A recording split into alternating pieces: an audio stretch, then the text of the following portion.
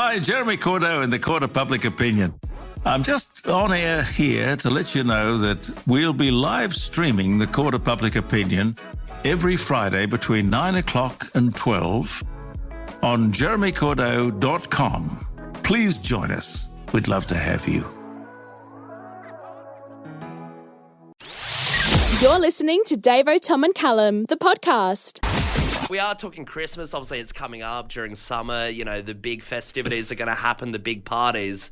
And my cousin is dating this girl. He's dated her for about 5 months or so. Okay. And now he's invited her to the Christmas. And I guess it's sparked this debate amongst family members of, is 5 months a little too short to invite to some, you know, an event as big as Christmas? Yeah, I mean, you're meeting the whole family generally. There's a lot of, you know, family chat. You're seeing a bit of an insight into who they are. It's a big leap. It is.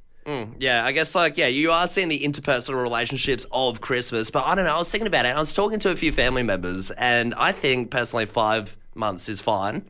I think I would probably say 3 months is the minimum. Wow. Yeah. 3 months? That's 12 weeks. That's nothing. Barely dating. I think 3 months You're is still fine. finding out things about them at 3 months. But here's the thing as well, Christmas in our family is quite loose. It's not like a strict thing that, you know, it's so crazy to, you know, it wouldn't be crazy to just bring friends to it or, you know, someone you've been seeing for a little bit. And I think 3 months is okay. Yeah, okay. See, for me, I wouldn't dare bring someone to my family Christmas.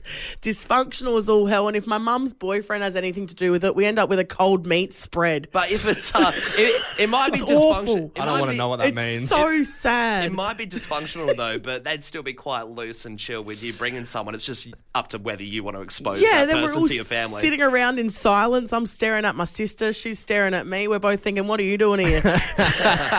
So how long, though, do you reckon you'd have to be dating someone to get that invite? I reckon, I think a year needs to be on the clock. Wow. Yeah. A year is huge. See, A Taylor year goes so quick. Taylor for Workday, we discussed with her yesterday. She said, you know, strict Italian family, they're hell-bent on at least a year. Even that's pushing it. Yeah, I mean, like, Christmas is pretty sacred in my family. Okay. Every Christmas, not for the last few years because of COVID and everything, but we always, every year, go up to Port Vincent in the York Peninsula because my grandma lives there, and the whole family will sort of congregate there for Christmas so our grandparents don't have to travel. So it's a big ask, I guess, to drive that far with you. It's like a big day then. It's about 2 hour drive from Adelaide. So one, there's the commitment of being 2 hours away. What happens if something goes wrong? Yeah. And two, I mean, just no one has really ever brought partners. It's always, because we usually stay up there for a few days as well. So it's a big ask of someone. I would say it'd have to be at least maybe 2 years. See, that's different though. I guess that would be 2 years for you because you are staying up there. That's a stay. That's a little holiday. You're not just doing the one and done Christmas lunch and you go back home. Yeah, even if it was just a Christmas lunch, back when there was my mum's mum was still alive, we would do Christmas lunch at her house in Prospect and then go up to Port Vincent. But I would still say 2 years to get invite to that lunch. 2 years. Even for me, like, I would hate to be invited to someone else's Christmas because I don't really like Christmas myself. So it's like, oh, do I really have to go make small talk with your bloody cousin Jimmy? Man, I love that. You know? I love Jimmy. I think I like Christmas enough that I could be, you know, if someone said like after 2 weeks of seeing them, they're like, come to Christmas, I'd be like, hell yeah. Is there going to be presents? More prawns, more ham, you know, sounds good. There's actually nothing like Christmas ham off the bone. It's great, isn't it? It's amazing. But we want to get the Fresh fam involved here. How long till you invite a partner to Christmas? Jeez, I wonder if anyone's popped the one night stand on Christmas Eve. Brought them the next day. What a walk of shame that would be. Someone says, never, my family is a disgrace. I get it. Is that Davo's number? I can make jokes. You can't. No. There's another text here. It says, I was invited to Christmas with the parents like 4 weeks after starting to date and 1 week after being official. That's huge. It's the most wonderful time. It's such a funny thing as well, because I remember one of my other cousins brought a girl that he'd been barely seeing to one of the Christmas get-togethers, and there's this picture in my nana's retirement home like on a bedside table, and this girl is still in there after 10 years Oh, of this jeez. of this family picture. She was only around for like 1 month, but now she's just stuck in that picture like a time capsule. Do they like scrapbook and like paste pictures of new girlfriends over the top Just each cover time? it up. Hey, we're going to cross over to Norwood. We got Luke on the line. Luke, good morning. How long until you're inviting a partner to your family Christmas? Good morning, guys and gal. Personally, 3 months.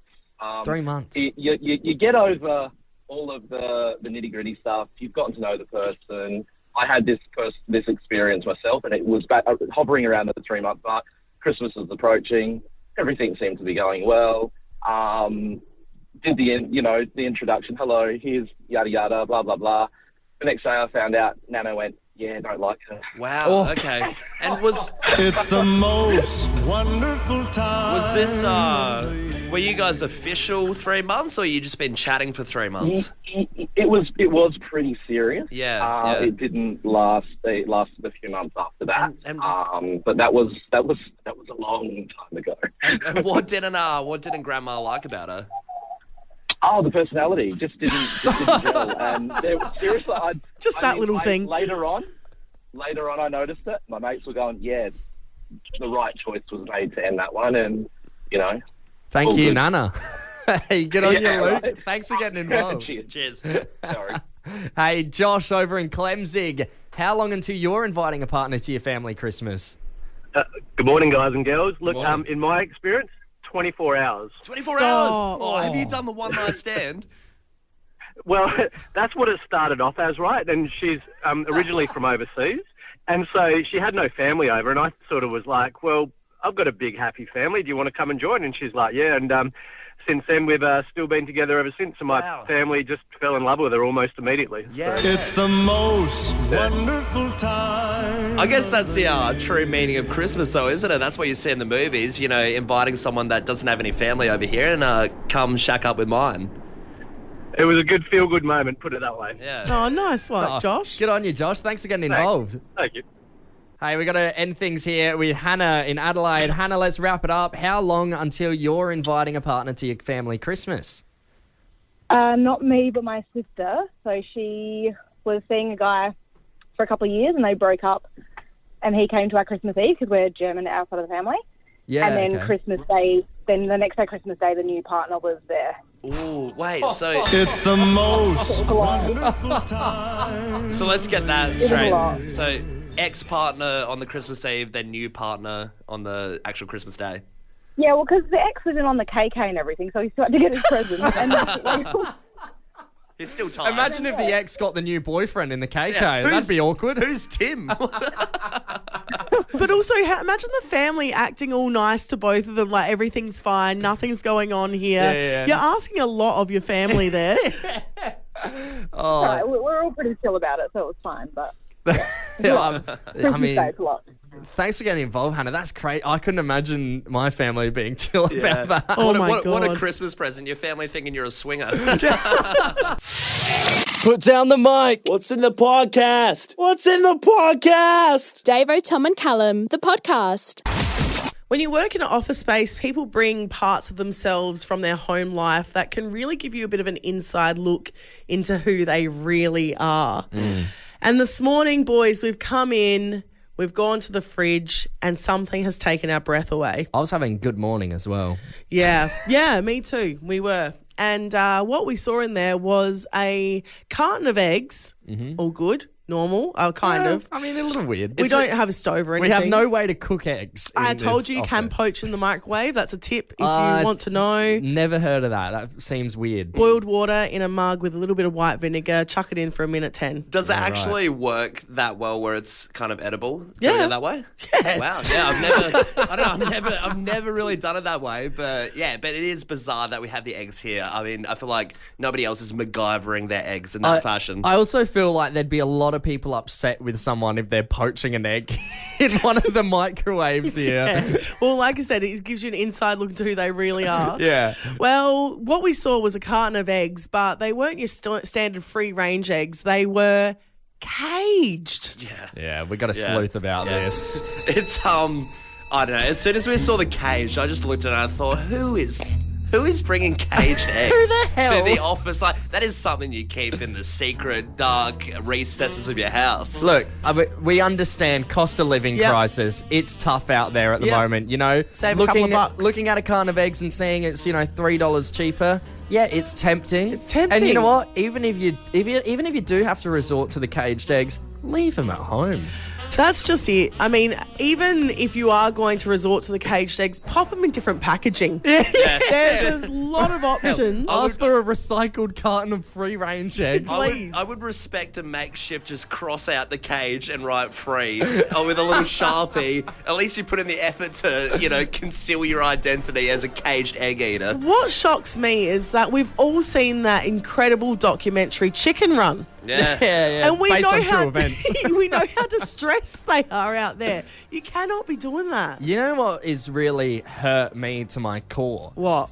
Is that I have no idea who this could be. Well, that's just it. We've talked off air who we think, you know, we've thrown a couple names around, but at the same time, everyone, like, I just can't see anyone here buying caged eggs. Everyone's a bit of a suspect. Obviously, the Fresh Fam, you know, don't know everyone we work with, but I think it's Gavin. You know someone who's quite frugal and good with his money?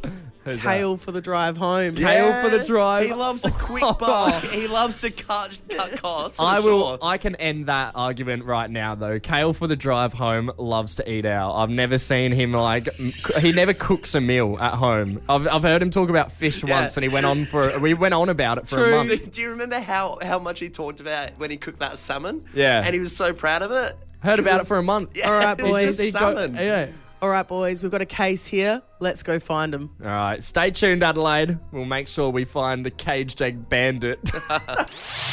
You're listening to Davo, Tom and Callum, the podcast. Hey, we need to have a chat because the Velo 500 obviously kicks off this morning, 8 a.m. The first race has already begun, of course. Yes. And that has caused some issues around the city. I mean, of course, we have these amazing events, which is fantastic. But then when we do have them, it does bank up the traffic. Yeah, I guess Adelaide's such a weird city in the sense that we always have these festivals in that one spot, and that one spot is an absolute killer for just condensing the traffic around there. Yes, well, it's not like we're used to the Adelaide 500 every year, right? You know it's coming, like Bartels Road is going to be closed off. And it does hinder a lot of people getting to work. The traffic gets pretty insane. And I think here in Adelaide, we are quite lucky because traffic, I mean, yes, we do get a bit of traffic and it can be a little bit hectic. Yeah. But it's not like Sydney. It's not the big smoke. We are not used to being stuck and not getting everywhere within 25 minutes. Yeah, absolutely. I mean, speaking of getting somewhere in 25 minutes, last night I was playing a game of mixed netball with a few mates, right? And it's hosted over at the Unley High School in the gymnasiums there.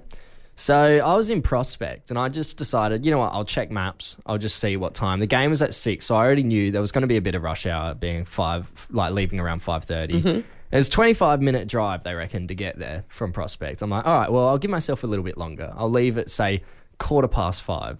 So I get in the car, driving. Everything's kind of okay until I get to about Hackney Road. Yep. Things start to take a turn for the worse. And it's getting like, it's bumper to bumper, stop-start traffic. I'm sitting in line for about 10 minutes at one point on Hackney just to turn onto McGill. Get to McGill, free-flowing for a bit longer. And then as I get up towards around Port Rush Road, it's getting even worse. Yeah. So I've cut through some side streets. I'm like, I'll be cheeky here. Cut through some side streets, turn onto Port Rush Road. Everything will be okay. I get onto Port Rush Road and I've never seen traffic this bad in my entire life. Oh, no. I made it from where the start of the parade is to Burnside Village, which isn't far.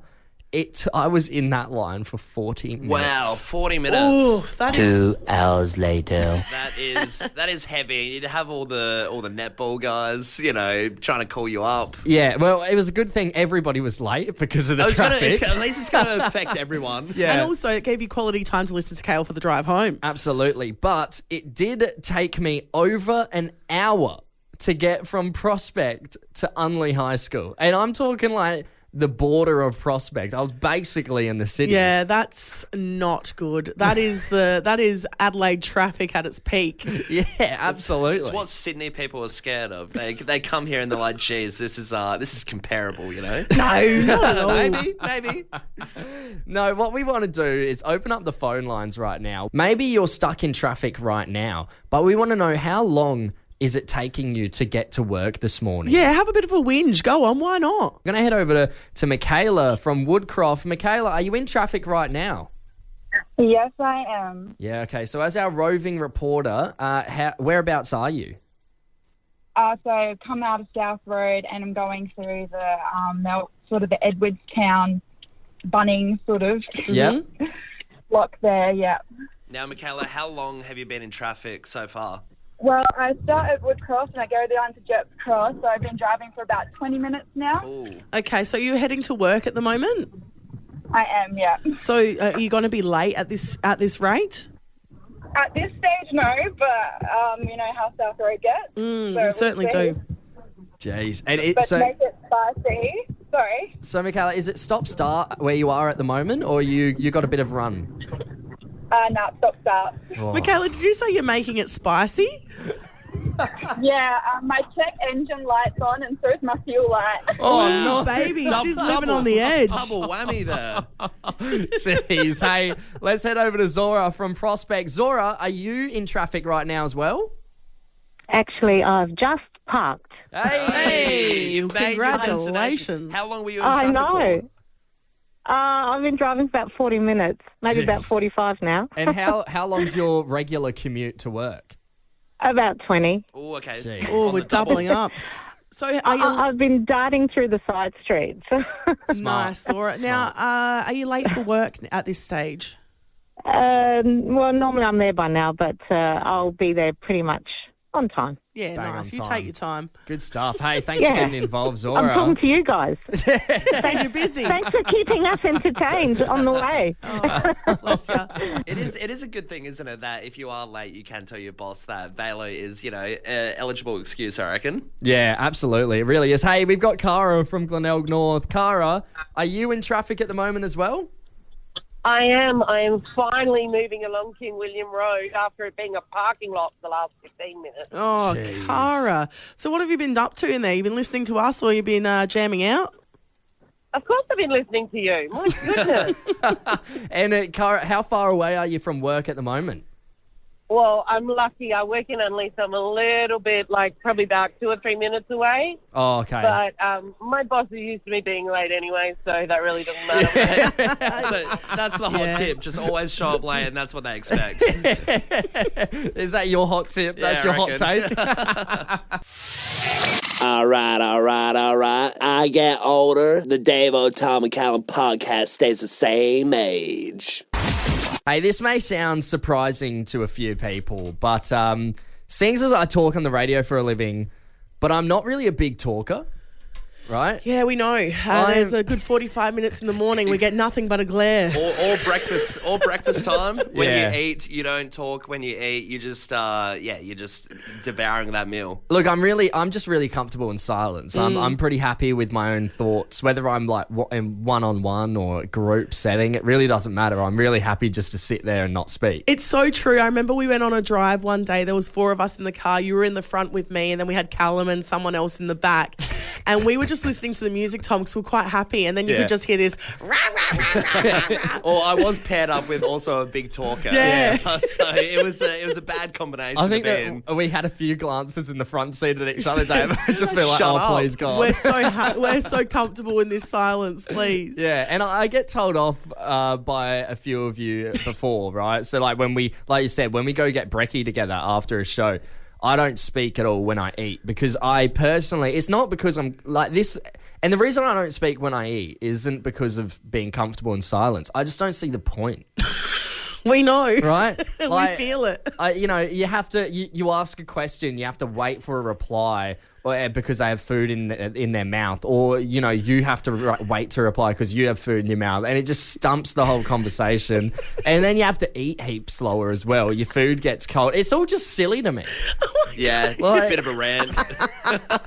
This is so funny. This is just really telling who you are. I Tom. do remember someone said to me, someone that sort of came into our lives recently, said, "Oh, geez, Tom doesn't really talk when he eats, does he?" And it really went over my head because I was like, "Yo, I've known Tom like 10 years, 11 years," and I was like, I just stopped thinking about it. I just don't talk to him when there's a meal in front of him. I could get away with it at school pretty well because I'd just sit there and eat my sandwich, and you're a group of 10 people. You don't have to speak. You can lay low for a bit. It was easier to not speak. In fact, people appreciated you. Restaurant with your parents as well. They're doing the talking. You're just there. Yeah. I'm just along for the ride. Give me my salt and pepper squid, Mum. So what's happened, Tom?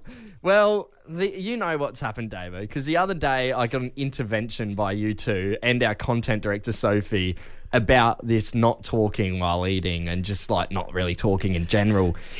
And during this intervention I was getting from the three of you, I started getting flashbacks. There was like this repressed memory and from the back of my mind of a 15-year-old going on their first movie date. Oh, God. What happened was when I was like 15, I went to the movie. I took this girl to the movies for the first time, going on a date. And as we get there, we're talking, everything's fine. We get into the movie, talking through the trailers and whatnot, because, whatever. Movie starts. I'm sitting there watching the movie. Yeah, you're fully enthralled, no doubt. I'm enjoying the movie. And then, she's sitting there watching the movie. I think there was a few comments, and I was just sort of brushed them off because I'm like, shh. It's movie time. You gave her the one finger up, the single index finger and a shush. Girls love that. So then the movie ends. We go our separate ways. We both catch a bus home, and she's been a bit cold to me ever since. And I'm like, hey, have I done something wrong? Like, what's going on? And she's replied saying, I just can't believe you didn't speak to me once throughout that movie. That's crazy. And you shushed me 7 times. That's crazy, isn't it? What's the girl's issue? Like, okay. Imagine her inviting, like, oh, sorry, I +1 you to my grandpa's funeral, but you didn't play footsies with me. I'm really upset. Why didn't you talk to me all the way through that? If you're inviting me, if we're going out for food or something, yeah, okay, I'll put in the effort. I'll eat I'll speak while I eat and whatnot. You'll try. But if we're in a movie, I don't want to speak to you because one, everyone else finds you annoying in the cinema. 2, I don't want to then have to answer your questions when you ask, who's that? What's going on? Why are they here? Because I've been paying attention. You've been trying to talk crap to me. Don't speak in movies. As well, I'm sure you were eating popcorn, so it's double whammy if you really didn't want to speak. You're listening to Davo, Tom and Callum, the podcast. Can I ask you a favour would have to be one of the more tense things to come out of someone's mouth. Yeah. And, it's that line that comes out of someone's mouth where you're sort of sitting there and you're like, I should say yes to be a good friend, but you don't know what the favour is. They're obviously withholding it from you because they know it's a bit cooked. No one ever asks you straight out, hey, can you do this for me? It's like, hey, can I ask you a favour? And that's when you know, oh, it's going to be something big. Or even worse, they'll start with, what are you up to today? Before the favour. So then you're trapped into this. Oh, nothing. Like, nothing. Oh, boy, you want to hang out? Like, nah, actually. No, classic technique to really rope you in. And, like we said, as soon as they say, it's something that's a bit, it could be a bit of a struggle. And this happened the other day. A friend hit me up and he said, can I ask you a favour? And I was like, all right, sure. Oh, God. Were you already in conversation? Did you have the option to choose to ignore it for a few minutes? Put my phone in airplane mode. I thought about it. But so he said, can I ask you a favour? I said, yeah. He's half blind and he lives up in the hills. So it was just more of an inconvenience to come down to the city and get this stuff. And then, travel all the way back up in an Uber. Yeah. So he pretty much wanted me to grab the stuff, put it in a car, send it back up the hill and everything. And I was like, that's fine. He hasn't really told me what stuff it is. Yeah, okay. So first of all, you're going on to go pick something up, put it in Uber, send it up to the hills. Yep. Okay, I mean, it's still quite the favour already, isn't it? Because you're going to have to walk around and find acquire these bits and pieces, right? Was it all ready for you? Like, could you walk into the shop and be like, I'm here to pick up for... Pretty well. So, okay. it had no, but sounds easy. It sounds like, yes, you can go pick it up and it's very easy. But wait until you hear what actually it was. Yeah, you did ask me yesterday what they were, and I said, I don't know, like steak sanger. Yeah. Like, what could he possibly want? So he has requested, he said, hey, mate, I know it's a bit of a hassle, but do you mind getting this stuff? He wants his eye drops, one from the pharmacy. Okay. So I've got Fair enough. I've got to take get his prescription and flash that. And I wasn't sure how that would work either. If I was allowed to just get someone else's prescription, or if I'd have to pretend to be him. No. Just one eye shut. I'm so glad you didn't do that. Stumbling in the place. But so it was the eye drops. And then he lays on me as like, hey, mate, as well, do you mind picking up 22.5 kilos of plaster for his arts and craft project? So he's like, you have to go to this jeweler shop, which is on the second floor of like Gawler Place or whatever. Oh my God. So I've had to go up this elevator, and then I go up. It's this little shop, and the man's like, oh, here it is for you. So it's all, like I said, it is all there for me to pick up. I look at the bag. It was heavy as. It was one of those I had to pick heavy? up. About 22 and a half kilos? Pretty much. I had to pick it up with two hands. Do a proper squat position and then carry it onto the elevator, carry it down Rundle Mall, this heavy-as bag of plaster. And that's just it as well. Don't forget, this is all by foot. This is all by foot. Callum is trotting around the city with 22 kilos of plaster and some eye drops. And I love my mate's recommendation of how to do it. He was like, I recommend you get the eye drops first, mate, because the plaster's going to be so heavy. You don't want to be carrying the plaster to the chemist because it's going to be an inconvenience. No kidding. Thanks for the tip. It was already inconvenient enough to carry this thing down Rundle Mall. It's quite the favour. What's the worst favour you've been asked to do? Oh, I've got a story, but I did. Someone once asked me, they had a lump on their butt and they were worried about it. They said, I don't know what's going on here, and asked me to check. Yeah, okay. And I checked. This a male butt or a female doesn't butt? matter. And I'd say it does a little. It was a hemorrhoid. Oh, so it was like in the middle. But I had to see it. Like, get a mirror. The third eye. Plenty of people getting involved on the text line. Got this first one here. My misso made me unclog the toilet at our heritage building home. It was a hard few days on the relationship. Jeez, yeah, it's not a good one. That's not it. How you look That'd be real shitty work. Your bedroom eyes after that. You're just like, I just can't do this anymore. What about this text here? It says, my friend was terrified of a mouse in her house. She asked me to come over and get rid of it. It was insulting to be the rodent mate. Yeah, the rat killer. Who in your contacts is rat killer? Who will come over and get rid of this mouse? Oh, John. Someone said here, my girlfriend asked me to build her grand's wardrobe. She full flirted with me, rubbing my shoulder while setting it up. She would have been a good 80 years old. The grandma was flirting with. Yeah. Yeah, right. Yeah. Jeez. Is that my mum or? Got another text here. Yeah, so I'm studying medicine and a mate had some issues in the nether regions. Asked me to take a look. It was a bloody mess. Never thought after 15 years of friendship I'd be doing that for him. Oh, no. That's more details. That's the price you pay as a student doctor. Oh, podcast my podcast. Oh, podcast my podcast. Oh, podcast my podcast. Davo, Tom and Callum, the podcast. After a big night on the naughty waters, sometimes you look for something to sober you up. Yeah. Someone might go Fast a food. Powerade or fast food. Coffee, water. My mum loves a sugary cake. Yeah, She'll be okay. so angry that I said that on air. Well, I do not. What's that a secret? I don't know. She's a bit funny about those things. It's really weird. Yeah, it is. Well, over in the US, they brought out a brand new drink that promises to cut alcohol levels within 30 minutes, and it's called the Safety Shot. Yeah, okay. Yeah, okay. So they're calling it a functional beverage, which, like I said, is meant to rapidly reduce the blood alcohol content, improve brain function, all within 30 minutes. And it has 4 mechanisms of action that target your central nervous system, and it attacks all things that alcohol impairs, plus a 5th feel-good component, which no no other drink has claimed.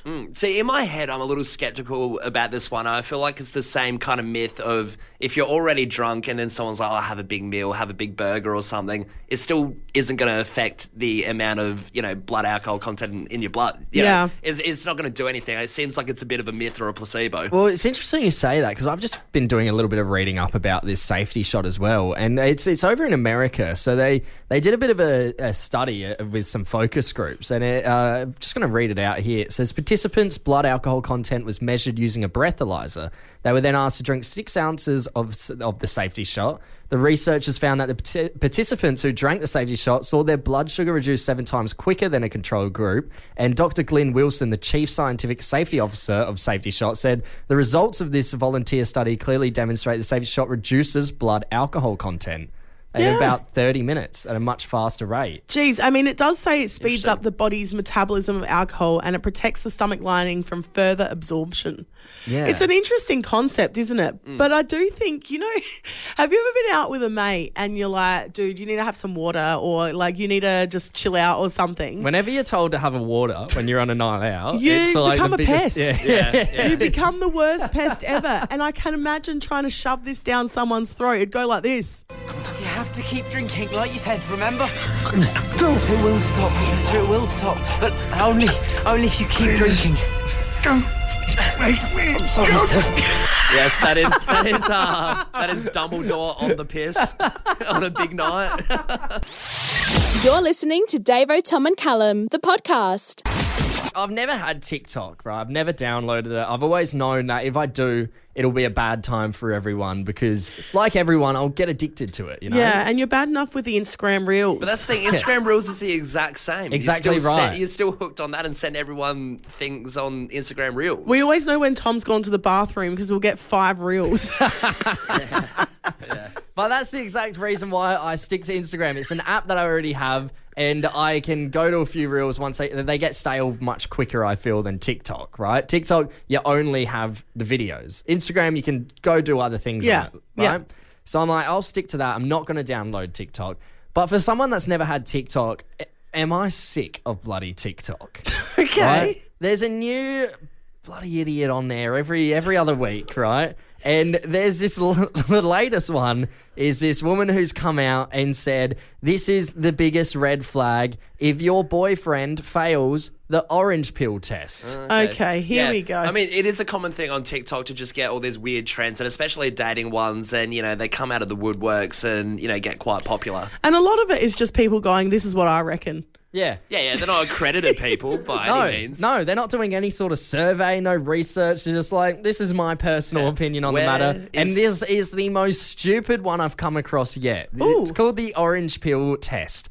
And basically, what she's come out and said is the orange pill test is basically asking your partner to do something that you're perfectly capable of doing. Mm-hmm. However, you just don't want to do it. Yeah, okay, right. So it would be like tying your shoelaces, like asking your partner, hey, can you get down and tie my shoelaces? Like one of the most demeaning things you can do to another it's adult. Not as helpful. No, if you're in a short skirt. I think I know, but it's such a weird one because you're saying with the orange pill test that it's such a simple thing, and if you ask your partner to do it for you and they do it for you, that's a good thing. I'd say it's negative if your partner's being like subservient and like being like, I'll peel an orange for you. When I would turn around challenge and in life. I would turn around and be like, peel it yourself. Yeah, we know. So basically, we're aware. Basically, she's come out and said, for whatever reason, I hate peeling oranges. Is it because of my nails? Is it because I don't like the citrus? I don't know. She just doesn't like peeling oranges. So she'll ask her partner, hey, would you mind peeling this orange for me? Yeah, okay. Right? And they either respond with, absolutely not, peel it yourself, you're an adult woman, you can do that. Yeah. Or they'll be like, of course, no problem at all, I'd love to peel your orange. Sometimes it doesn't need to be a power play though, you can literally just be like, this is a nice thing for me to do for her. I know you're taking the defense route of being like, no, you can do it yourself. Yeah. But if you go, Actually, you know what? I'm going to do this. This is a nice gesture. It is a green flag. Where does it stop, though? Where does Where it stop? does it stop? Oh, Thank you very much. Open the fridge for me. Turn the TV on. Sorry, Davo, I'm going to write something on the whiteboard. Can you take this lid off my whiteboard marker? Oh, come on now. It's the same thing. It's not the same thing. You know, my cousin in South Africa, her partner's fairly short, and she always gets him to get things from the top shelf to make him feel good. And he does, like, says, "Oh, I can't reach it." Well, Can so you he's get it? struggling to reach. That would make him feel way worse. Surely. No, but he's doing tall. it for her. He's tall, right? He's short. They're both God. short. Oh, what's wrong? Like, Sorry, babe. Let me get the step ladder. a poor bloke.